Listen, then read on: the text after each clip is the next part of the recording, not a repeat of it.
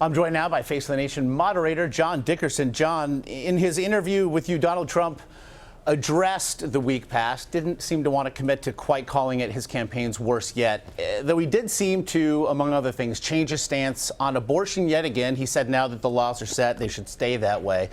He seemed genuinely surprised to be asked if abortion was murder. What struck you about the interview? Well, I think his first answer, he was trying to find a safe space to make no more news on abortion. He was basically trying to say, I'm not going to push it forward or take it away or let's move on. And so that's at odds both with what pro-life people think and want, which is that there should be a number of laws, even if they don't ban it completely.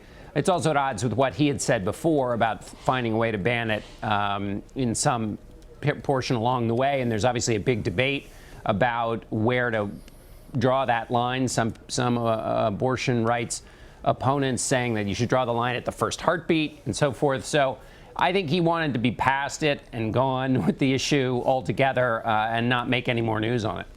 Meanwhile, John, the new CBS poll shows Trump trailing Ted Cruz in Wisconsin. Now, beyond a loss of momentum then, if these numbers hold, what would this loss mean for Trump?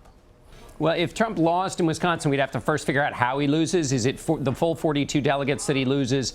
Wisconsin is a winner-take-most state, which means delegates are apportioned by congressional district, and then the winner of the state gets a kind of bonus. So there's a chance that if Cruz beats Trump as badly as some of the polls suggest, that he could get all 42 delegates. That would be a blow against Trump's march to 1,237. As Anthony Salvanto, our director of elections, put it yesterday, that this is going to be decided in California, which is the last contest, or in Cleveland, which is where the convention is. So if Trump lost in Wisconsin, it would put even more pressure on him to do well in California. He's going to do well probably in New York and Pennsylvania, but he would really have to do well to get to that 1237. If he doesn't, then it's a totally new conversation about how they'd fight it out in Cleveland. Meanwhile, the New York Times actually wrote this weekend about a general election involving Trump and Hillary Clinton. If these two were to face off in November, the electoral map is in her favor. The article calls attention to the fact, in fact, that Trump now trails Clinton in every key state, including Florida, including Ohio.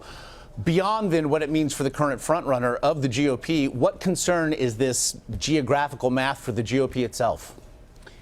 It's a great question. So there's the presidential worry, which is that they'd lose the presidency, but then also, or I should say not win the presidency since the Democrat holds it now, but for senators who are running in a lot of those battleground states, that would be a problem, because you'd be turning out a bunch of Democratic voters, some Republicans would stay home, that there's a down ballot effect, essentially, to use the jargon of in states like Pennsylvania, Florida, Ohio, Wisconsin, Illinois, New Hampshire, where there are vulnerable Republican senators running, and so that the Republican majority in the Senate might be under threat if there's a top of the ticket nominee who's got real issues in those states. And with those portions of the electorate, Donald Trump has really historic troubles with women, according to the polls right now, with general election women voters and with minority voters.